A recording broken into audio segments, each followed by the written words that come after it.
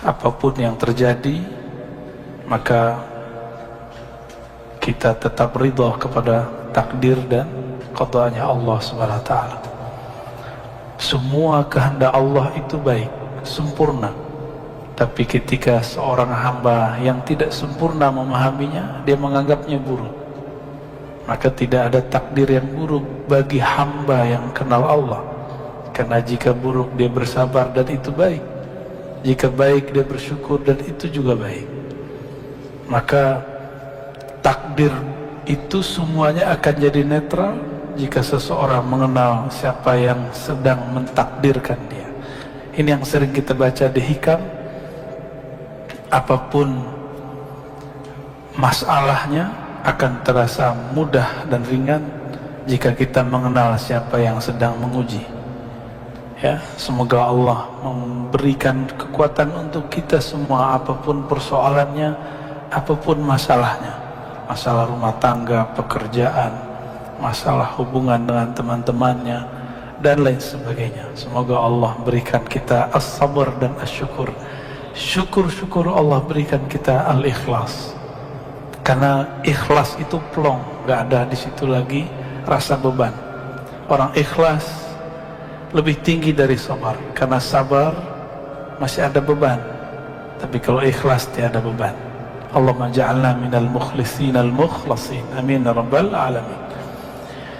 Semoga hati kita bercahaya dengan surah Al-Fatihah. Alhamdulillah. Bismillah. Iya, kenapa?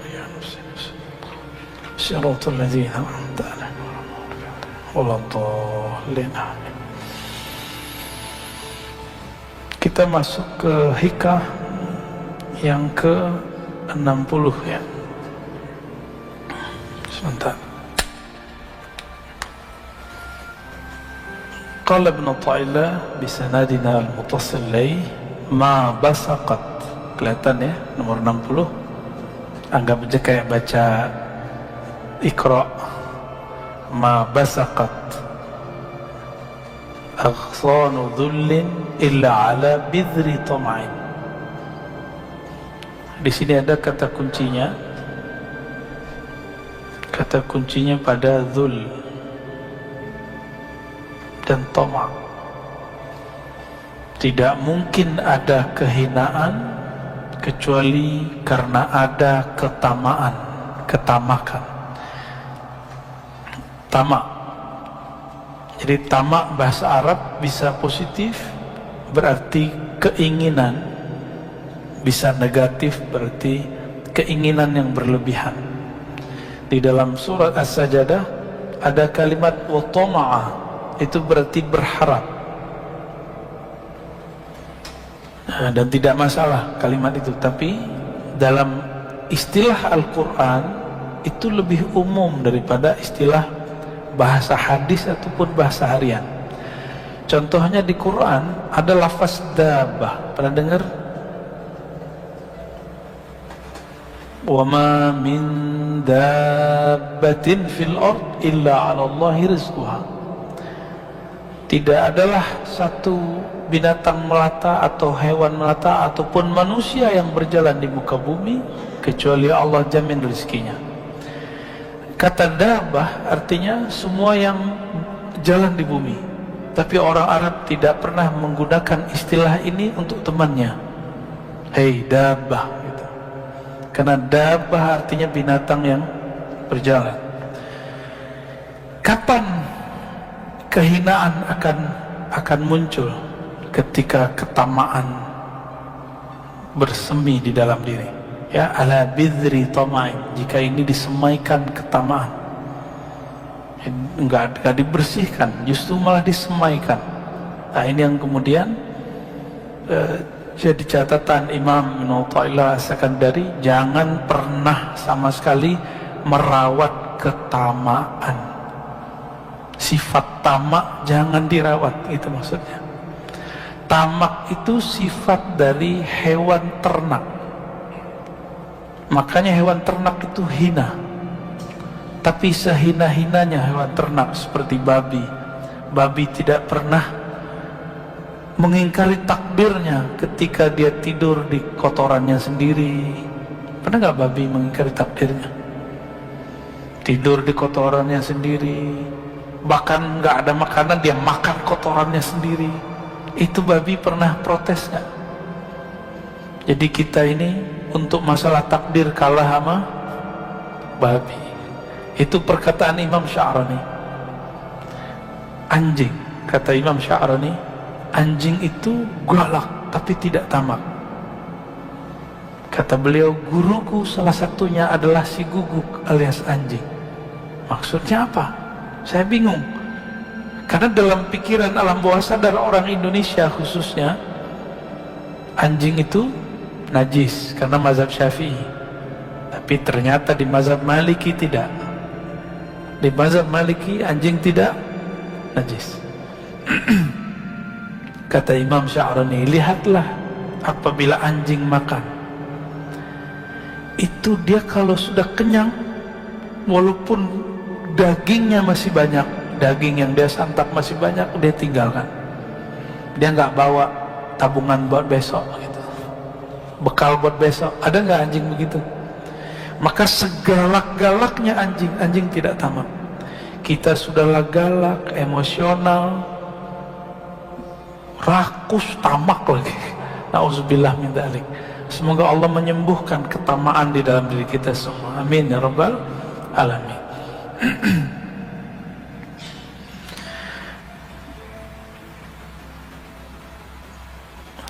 Kita masuk ke 61 ya.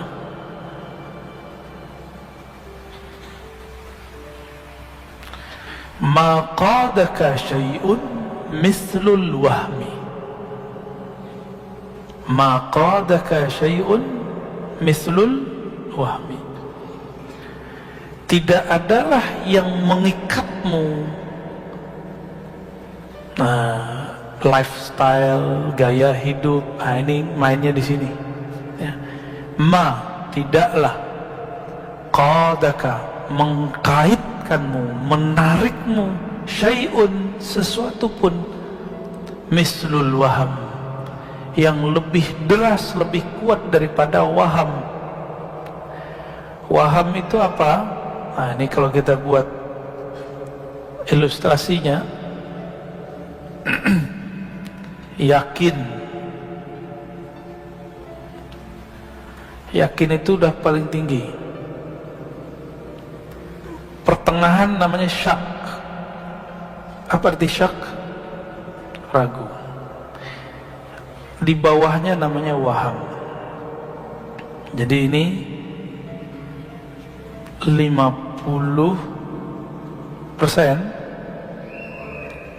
dari 0 sampai 50 disebut dengan waham.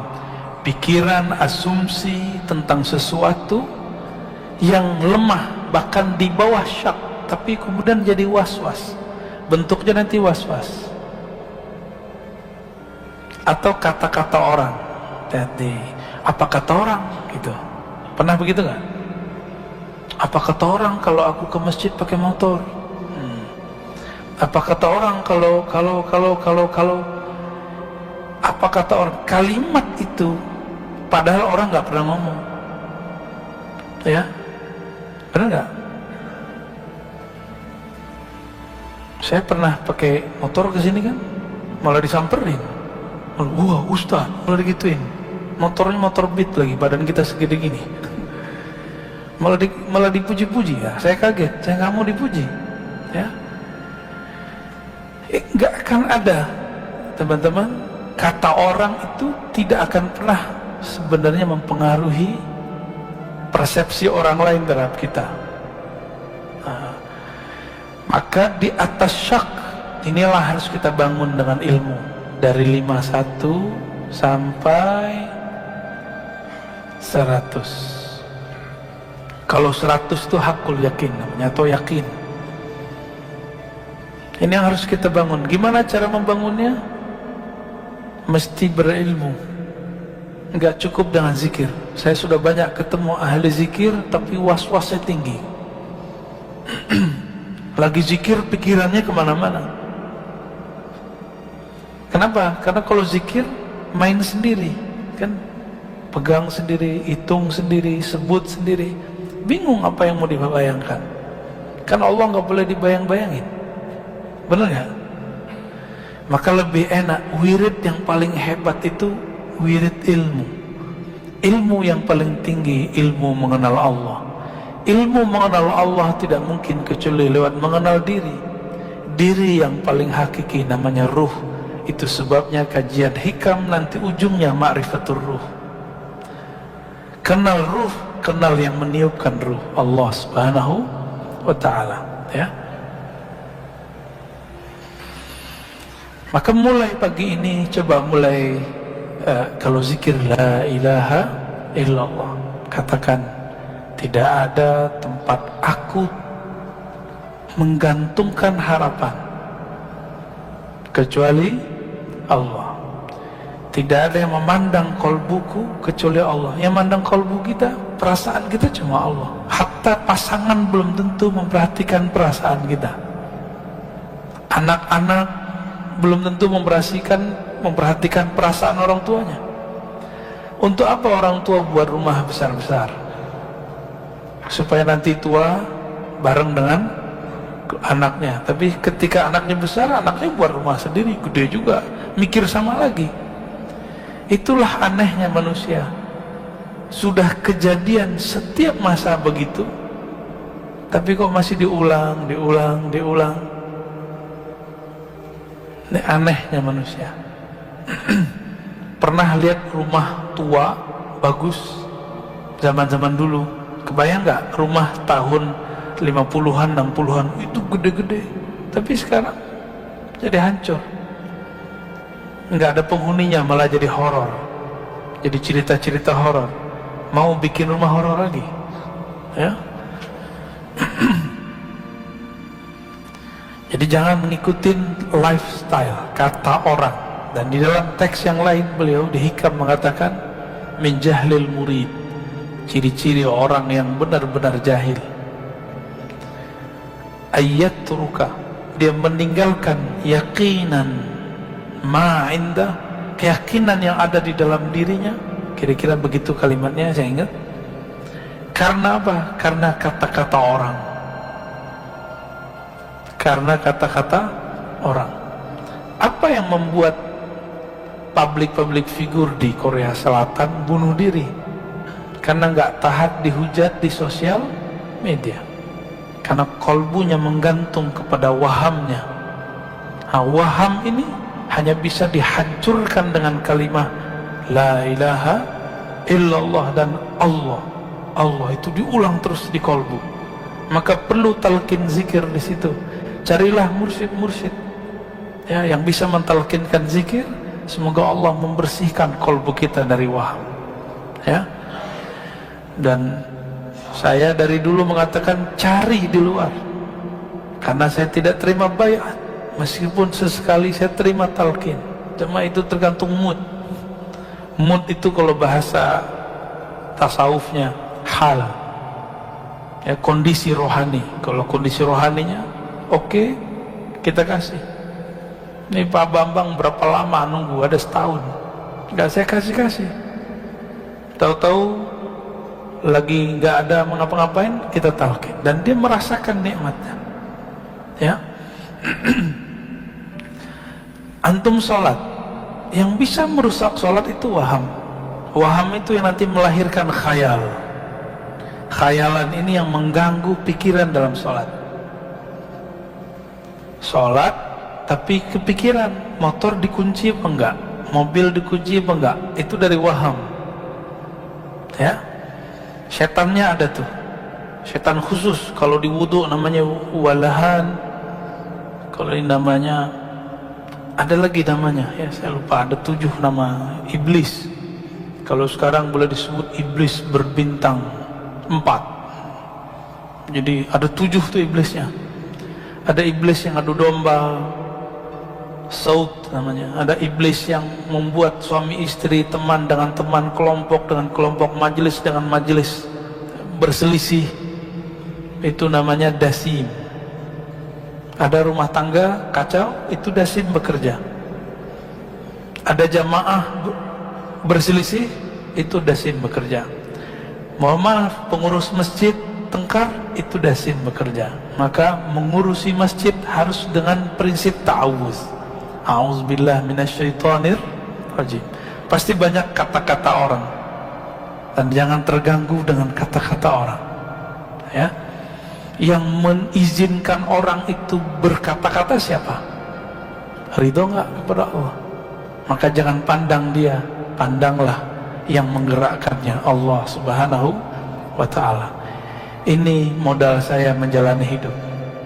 Maka wajar Allah itu, dalam hadis Nabi SAW menyebutkan iman itu 6 rukunnya, dan kalimat percaya hanya dizahirkan di hadis yang nomor pertama dan nomor ke-6. Percaya kepada Allah, dan yang terakhir, engkau percaya kepada takdir. Mau bahagia, percaya kepada takdir Allah, bahwa semua yang Allah kasih itu baik, gak ada yang gak baik. Ketika Rasulullah SAW dilempari oleh orang Taif, Rasulullah mengeluh gak takdirnya? Nah, Rasulullah ngeluh gak, curhat gak ke Jibril? Curhat ke Jibril? Curhat ke Abu Bakar? Enggak. Abu Bakar melihat Nabi berdarah-darah nangis. Abu Bakar luka, tapi dia gak merasa sakit. Dia sakit ketika kasihnya disakiti.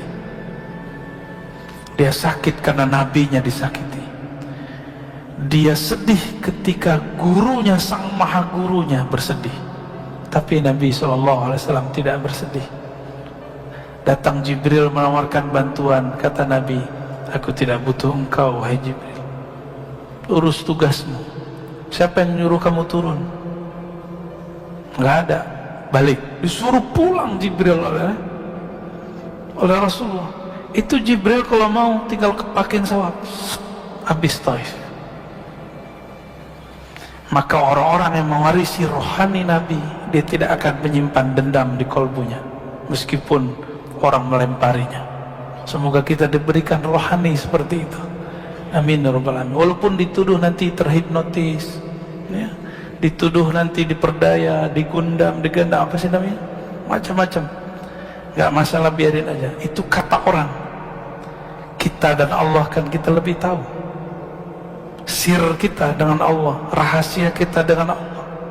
Maka antum harus punya wirid, punya zikir khusus yang menjaga hubungan kita dengan Allah. Maka kita tahu Allah nggak begitu kok kepada saya. Ingat-ingat kalau zikirnya enak, ingat-ingat kalau nikmatnya banyak.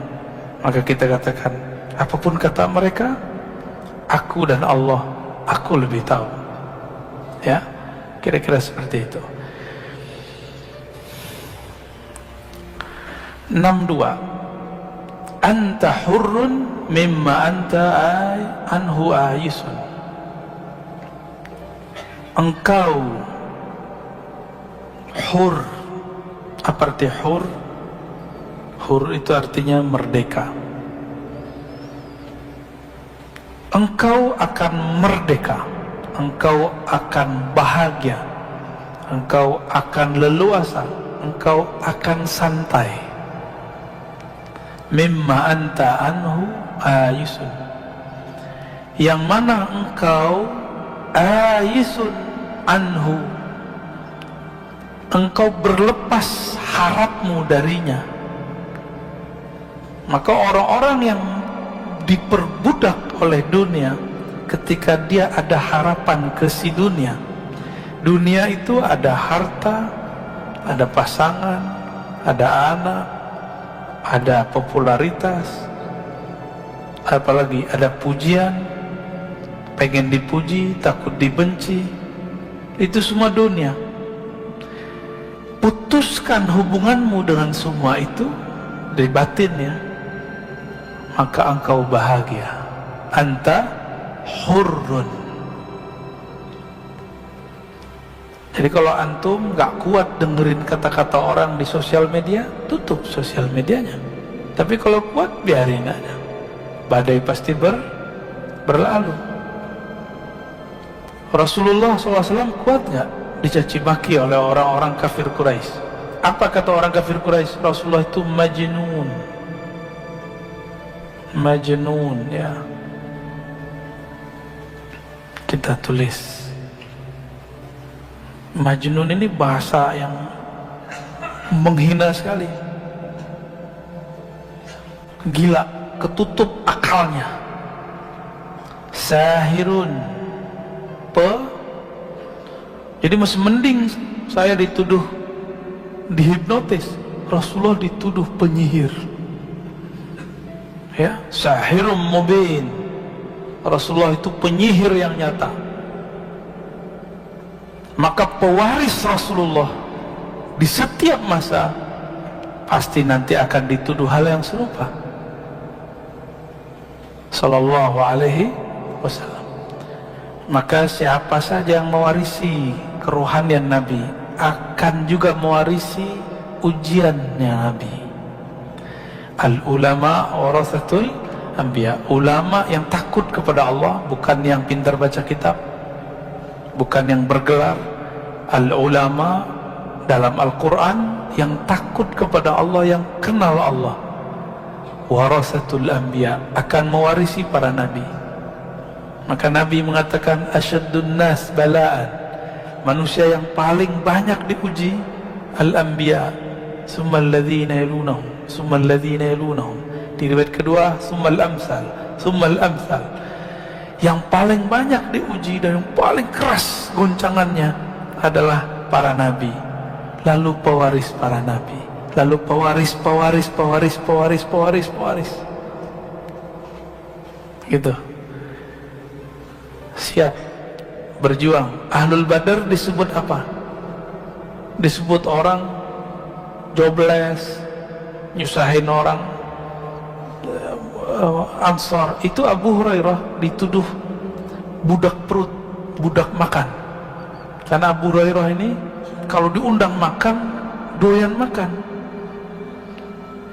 Dia nggak ngerti kehidupan santri. Abu Hurairah ini kan santri Rasul. Ada yang pernah nyantri? Pernah tinggal di asrama?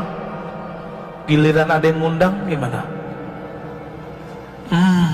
Mahasiswa deh, mahasiswa ngekos. Giliran ada yang ngundang makan gimana? Balas dendam, perbaikan gizi. Ya benar, perbaikan gizi. Salah nggak Abu Hurairah makan banyak? Nggak salah. Justru yang ngundang seneng. Abu Hurairah santri Rasulullah makannya banyak. Alhamdulillah. Ya. Malah saya dulu kalau diundang oleh orang-orang yang ngundang saya makan tuh, kalau makan dikit malah dimarahin. Kamu nggak senang sama saya ya? Jadi repot kita Pak. Kita disiksa dengan banyak makan. Nabi disebut sahirun, Nabi disebut majnun. Nah, ketika kita lihat Nabi di kolbunya masih ada nggak sisi nafsiyahnya? Ini ngecek diri kita masih dominan nggak sisi ego? Bahasa Arabnya nafsiyah. Kalau kita tulis nafsiyah,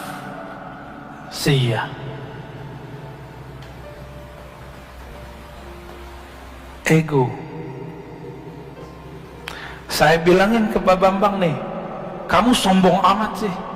Kalau dia tersinggung, berarti nafsiyahnya hidup. Ini yang menutupi dirinya. Tapi kalau dia datang, oh ya Ustaz, Pak, kalau emang saya sombong, maafin saya. Berarti nafsiyahnya beres. Saya bilang ke Bapak nih, kamu nih otaknya otak setan. Kalau tersinggung beneran itu beneran setan tuh. Tapi kalau kemudian Tuan Guru, kalau betul dalam diri saya ada sisi syaitania, tolong dibenerin gitu. Gimana Pak? Nanti ada orang ngata-ngatain antum, kamu belagu. Tersinggung nggak? Beneran belagu ente. Ya. Tapi kalau mengatakan, oh iya, maaf kalau saya masih dianggap belagu, Kita ini kan beda-beda tradisi Pak semua. Di kampungnya Bapak, di mana kampungnya Pak?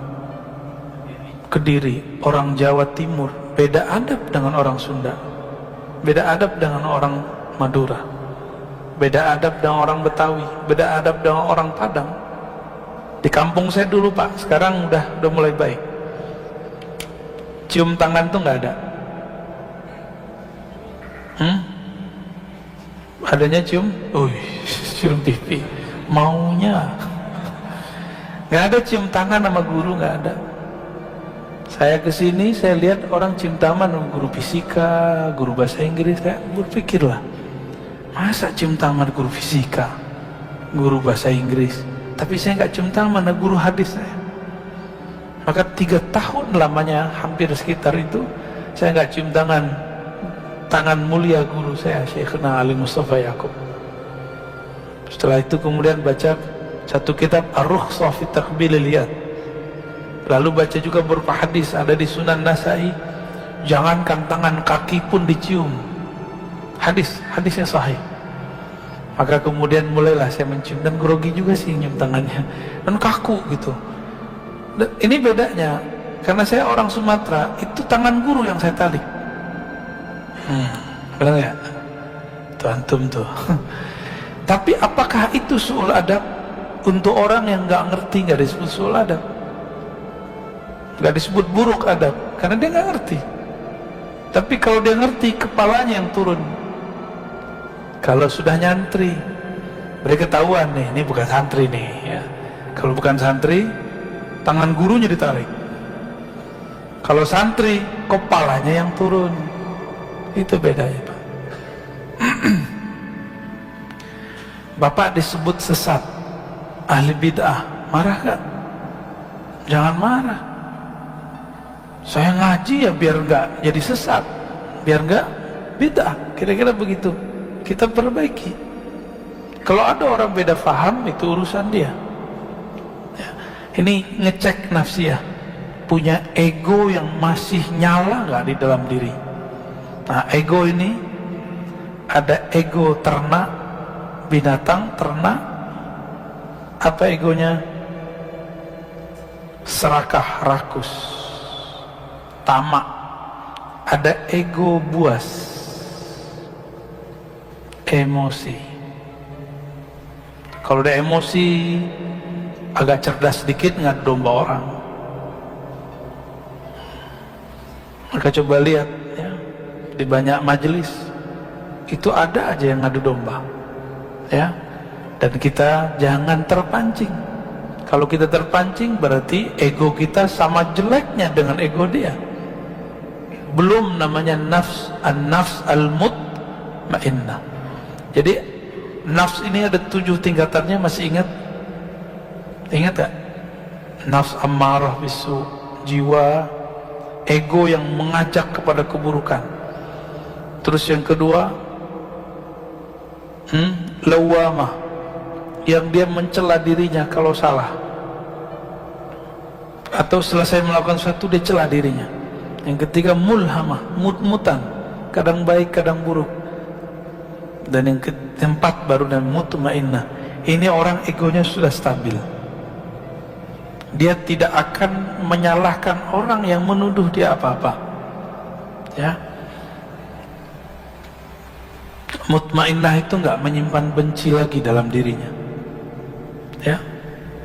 Bisa begitu nggak? Mulai-mulai ya, belajar kita, sama-sama belajar. Saya pun masih belajar.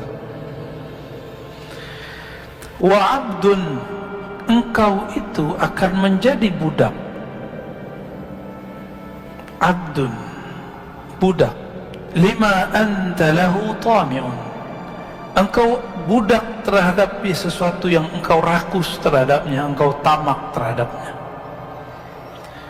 Semua kita tamak, pengen punya duit banyak, benar nggak? Benar? Jujur aja lah, bilang iya. Sama kita berarti ya. Tapi dengan belajar hikam, direm dikit, sedikit. Buktinya apa? Kita untuk mendapatkan harta, kita bekerja, berangkat pagi, pulang sore. Bahkan ada yang pulangnya besoknya lagi, sore, pagi besoknya. Kenapa? Karena tawami'un, menginginkan dapat dunia. Antum kira teman-teman yang menghibur kita di TV, selebriti, para artis, komedian itu bahagia? Belum tentu dia bahagia. Walaupun dia bisa bikin orang ketawa, bisa jadi dalam dirinya ada masalah yang sangat banyak. Tapi hebatnya komedian itu, dia masih bisa menghibur kita walaupun dirinya bermasalah. Kalah kita, Pak. Kita masalah dikit, wajahnya langsung kacau, gak bisa menghibur orang. Kita kalah sama mereka. Mereka bisa menyembunyikan masalahnya dikit. Kita katanya rajin sholat, rajin zikir, rajin tahajud, rajin jamaah. Kesel dikit disebut, beda faham dikit kemudian menyalahkan orang. Nauzubillah min dzalik.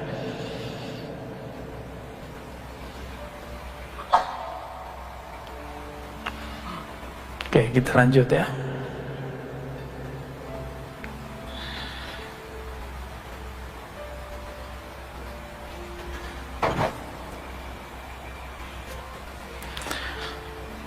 Man lam yuqbil ala Allah bimulatafatil ihsan qida ilaihi bisalasilil imtihan.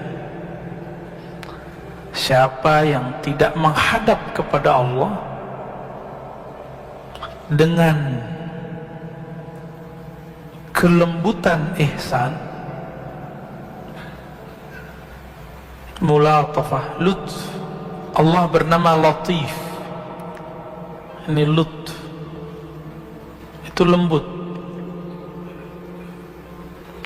Siapa yang tidak menghadap kepada Allah dengan kelembutan ihsan.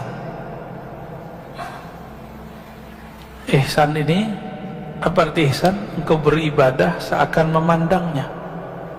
Engkau hidup seakan melihat bahwa dialah yang ngatur hidupnya.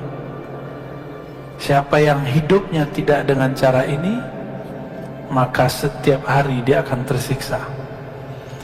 Qida ilai atau quyida ilai, akan disertakan dalam hidupnya, akan dikaitkan kepadanya belenggu-belenggu imtihan. Apa arti imtihan? Ujian-ujian.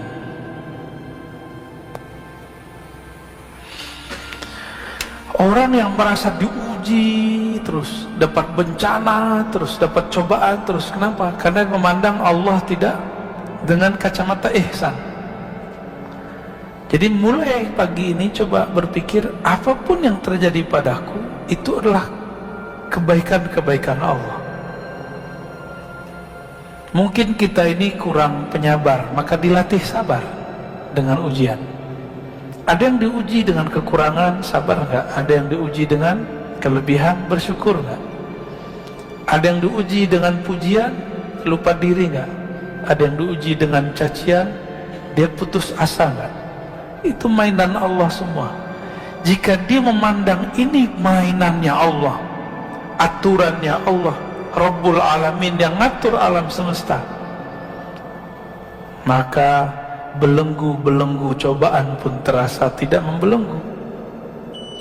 Ya, justru dia merasakan itu cubitan-cubitan dari Sang Maha Kekasih, Allah Subhanahu wa Ta'ala.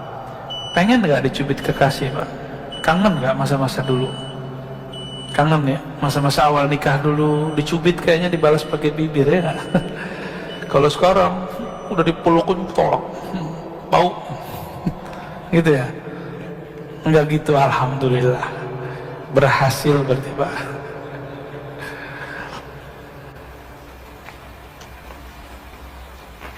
Kalau kawan-kawan kayak ahbab tabligh itu, kalau di rumah itu sudah mulai suntuk, khuruj dulu.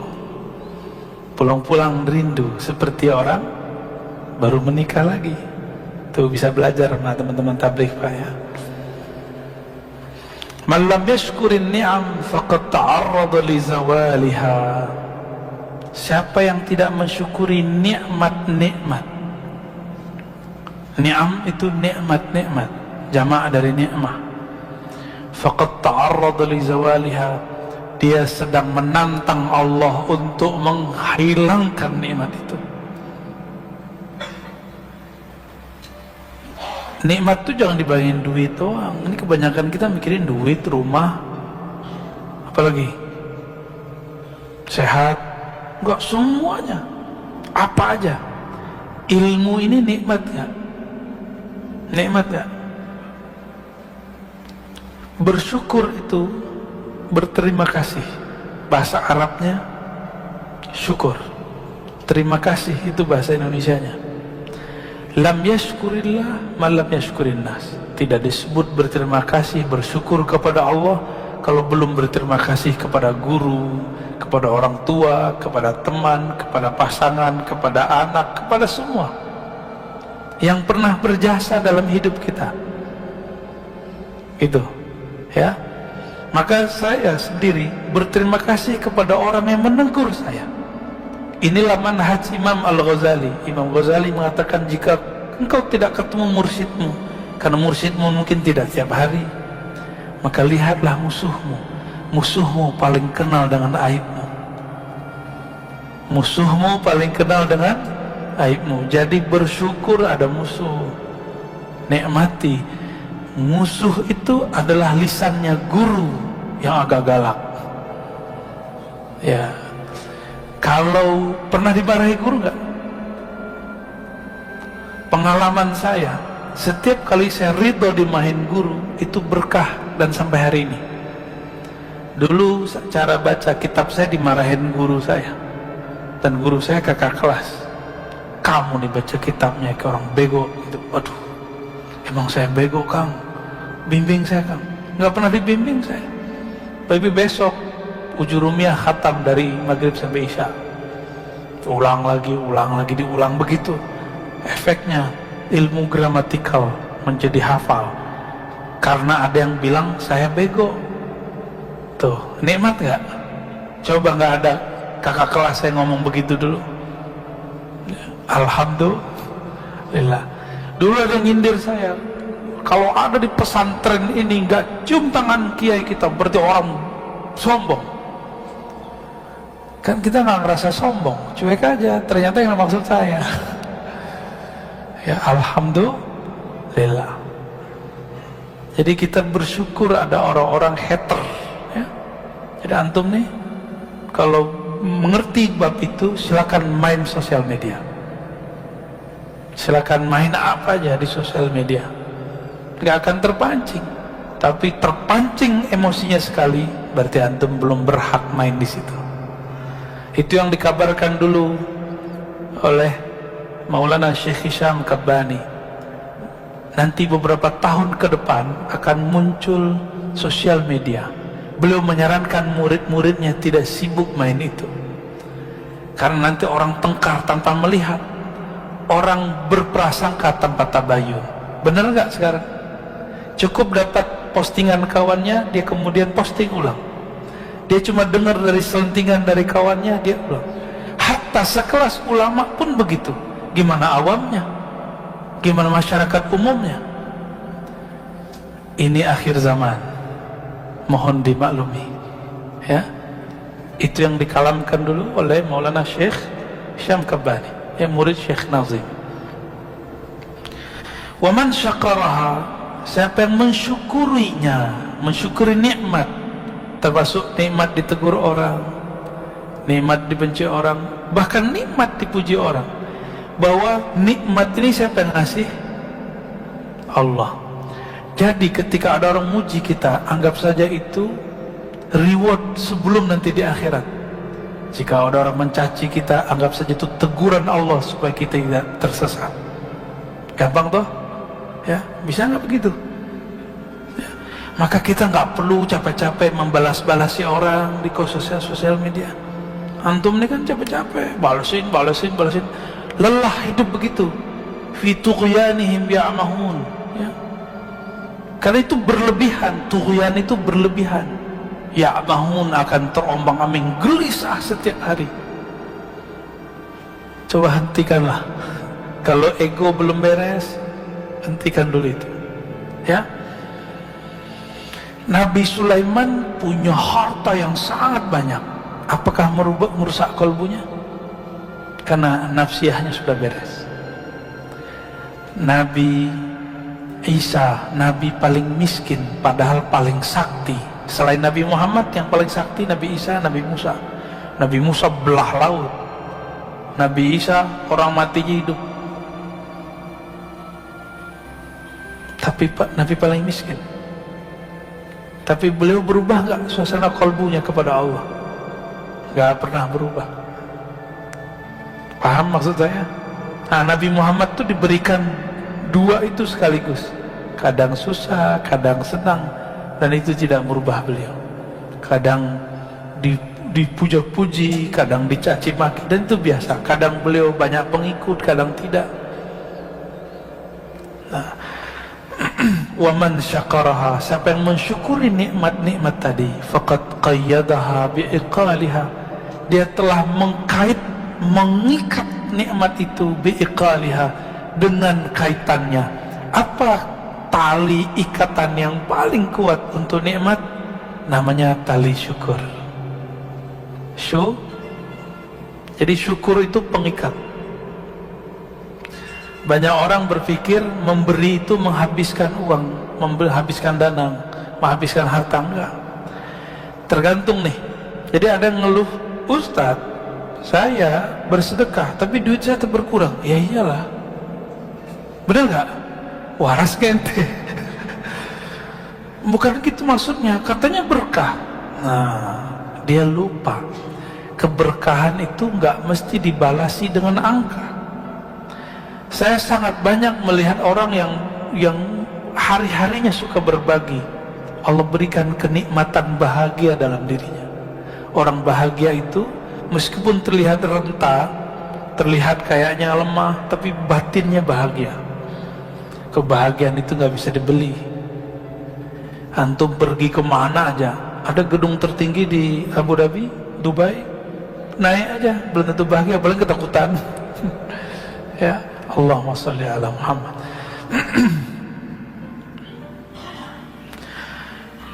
Nikmat yang paling besar bagi saya adalah nikmat mengenal Allah. Nikmat mengenal Allah. Mengenal Allah inilah yang membuat kita memandang perannya di semuanya. Kira-kira itulah yang disebut dalam hadis, dalam Al-Quran dan hadis Nabi. Dalam Al-Quran, siapa yang buta di dunia, maka dia buta di akhirat. Apapun kejadian yang antum perhatikan, tidak terlihat peran Allah di situ, buta. Maka orang ini tidak akan diizinkan memandang Allah di akhirat.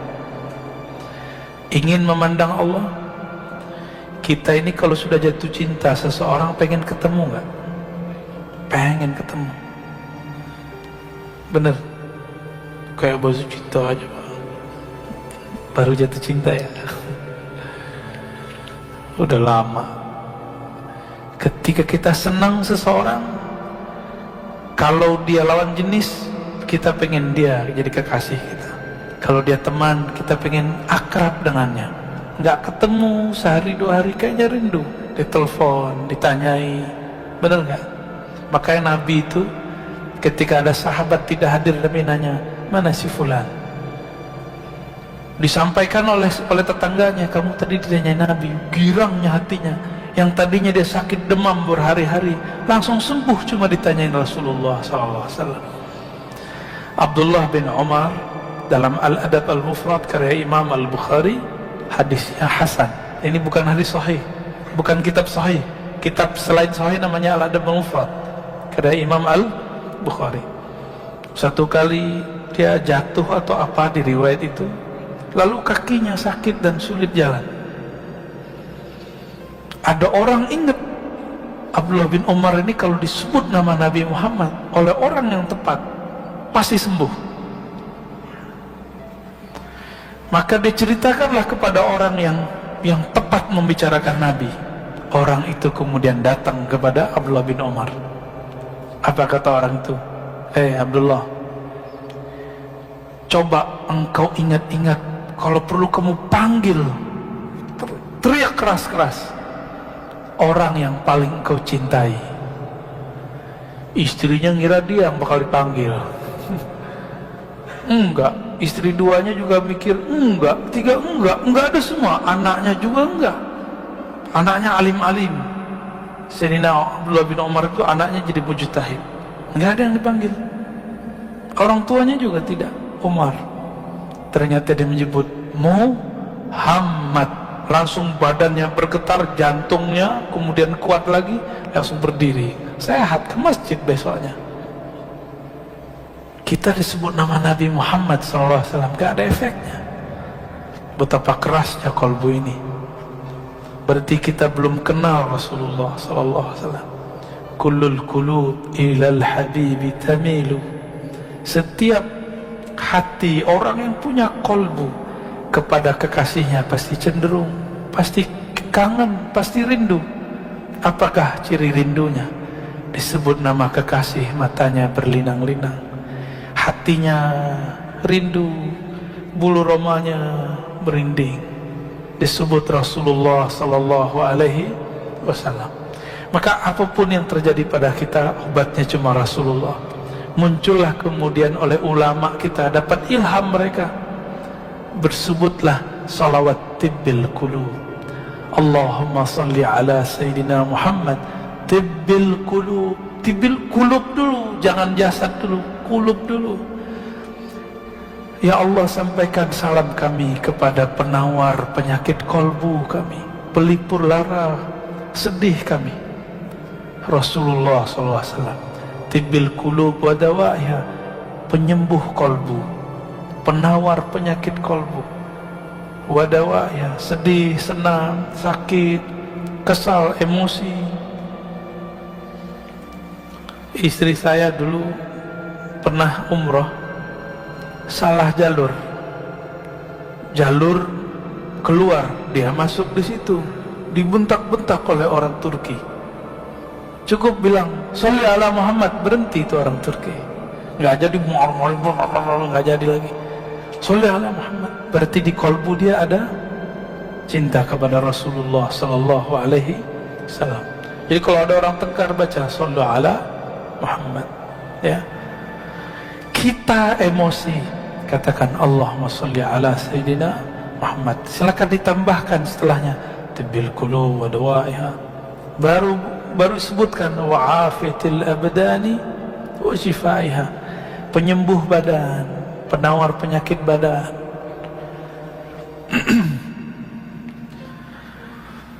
Nah, nikmat ini harus kita syukuri. Saya mau tanya Bapak Ibu Saudara bukan Allah, ini yang saya sampaikan sejak awal saya ngajar di kampus, di pesantren, di mana negeri ini dapat keberkahan, diizinkan Allah buka majelis sekarang di mana-mana, malah lebih longgar di perkotaan daripada di daerah.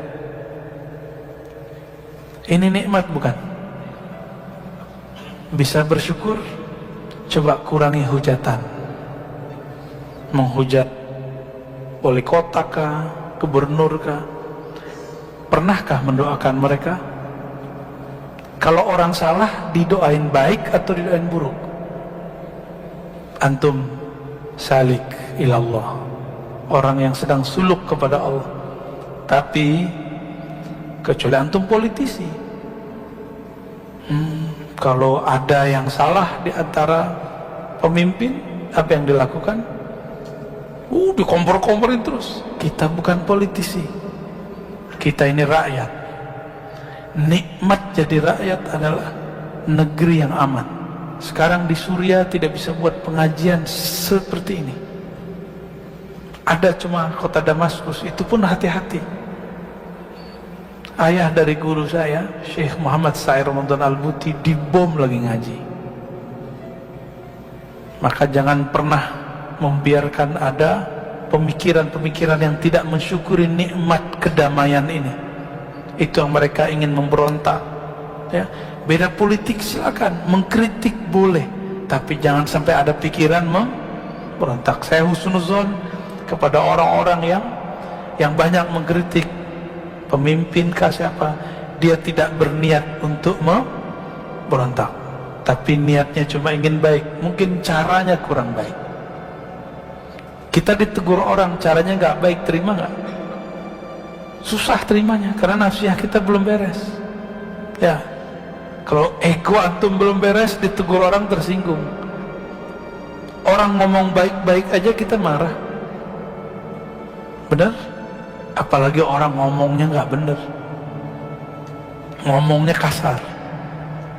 Nah, saya berharap kalau sudah ngaji hikam, kelembutannya sudah ada sampai ke lisannya.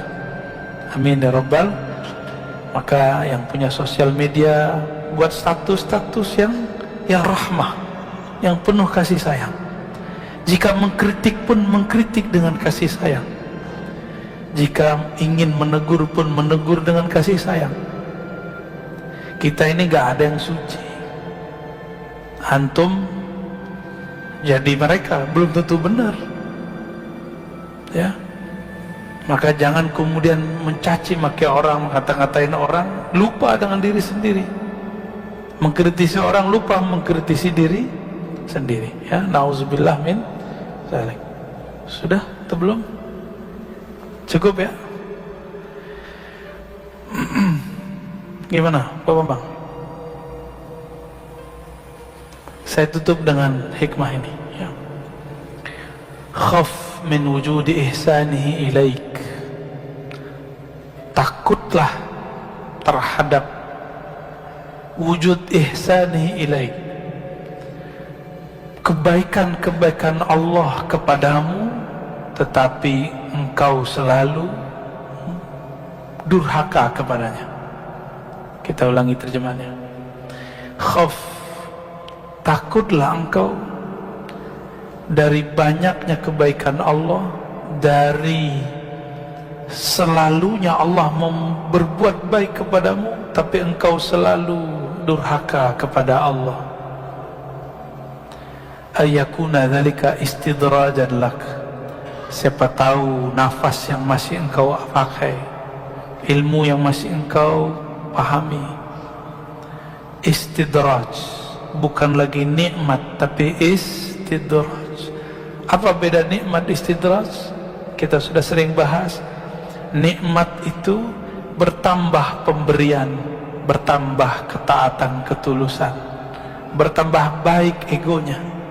Sedangkan istidraj, bertambah nikmat, bertambah ilmu, bertambah pemberian Allah, bertambah jumawa, bertambah sombong, bertambah lupa diri. Ya, maka Allah mengatakan di Quran, sanastadrijuhum min haitsu la ya'lamun.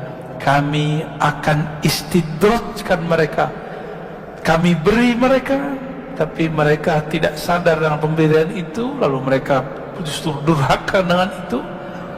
Min haitsu la ya'lamun, tanpa mereka sadari. Semoga Allah jaga kita dari istidraj. Semoga Allah berikan kita rasa syukur sehingga pemberiannya disebut nikmat. Allahumma ja'alna minasyakirin. Ya Allah ya Syakur, salli ala Sayyidina Muhammad Sayyidis Syakirin. Ya Allah, sampaikan salam kami kepada makhlukmu, kekasihmu yang paling bersyukur, yang paling berterima kasih, yang paling bersabar, Sayyidina Muhammad sallallahu alaihi wasallam. Ya Allah, semoga dengan salawat ini sifat syukur kekasih kami Nabi Muhammad dapat diwarisi dalam diri kami. Sifat sabarnya menular kepada kami. Allahumma ya Allah ya Ghaffar ya Ghafur ya Sattar, wahai yang maha pengampun, dosa kami sangatlah banyak. Dosa mata, dosa telinga, dosa tangan, dosa kaki, dosa lisan, dosa kemaluan, dosa perut, dosa dari ujung kepala, ujung rambut sampai ujung kaki. Belum lagi dosa hati ya Allah, dosa syirik khafi, dosa ria, dosa sombong, dosa iri dengki, dosa senantiasa lupa mensyukuri Engkau. Ampunkan dosa-dosa kami ya Allah, ampunkan aib kami ini ya Allah. Fastur auratina bisitrikal jamil. Ya Allah, jangan pandang aib kami ya Allah, jangan pandang aib kami ya Allah, jangan permalukan kami di hadapan Engkau dan makhlukmu ya Allah. Fastur auratina bisitrikal jamil. Dengan keindahanmu ya Allah, dengan kemegahanmu ya Allah, dengan kebaikan-kebaikanmu ya Allah, maka balutlah kami, hiasilah kami dengan kebaikan-kebaikan, sehingga aib kami tidak terlihat di sisimu. Allahumma ya Allah ya muqallibal qulub, wahai yang membolak-balik hati ini, hati kami berubah-ubah ya Allah, kadang baik, kadang bersyukur, kadang lupa bersyukur, kadang ingat Engkau, kadang lupa mengingat Engkau. Apalagi sholat kami ya Allah, jarang sekali khusyuk ya Allah. Apalagi terhadap nikmat-Mu ya Allah, jarang bersyukur ya Allah. Maka ampuni kami ya Allah, tetapkan kolbu ini menjadi kolbu hamba yang bersyukur, abdan syakura. Wasabbit qulubana ala dinika wa ta'atik. Allahumma ya nur, wahai pemilik cahaya, kolbu kami dipenuhi noda-noda kegelapan, otak pikiran kami dipenuhi dengan was-was dan prasangka, badan kami dipenuhi dengan lumuran dosa. Dengan cahayamu ya Allah, maka bersihkan kami, terangi kolbu kami bihaqqi nabiyina Muhammad sallallahu alaihi wasallam. Allahumma rabbana atina fid dunya hasanah wa fil akhirati hasanah wa qina adzaban nar waj'al sayyi'atina sayyi'at man ahbabta. Allahumma salli ala sayyidina Muhammad wa ala ali sayyidina Muhammad walhamdulillah.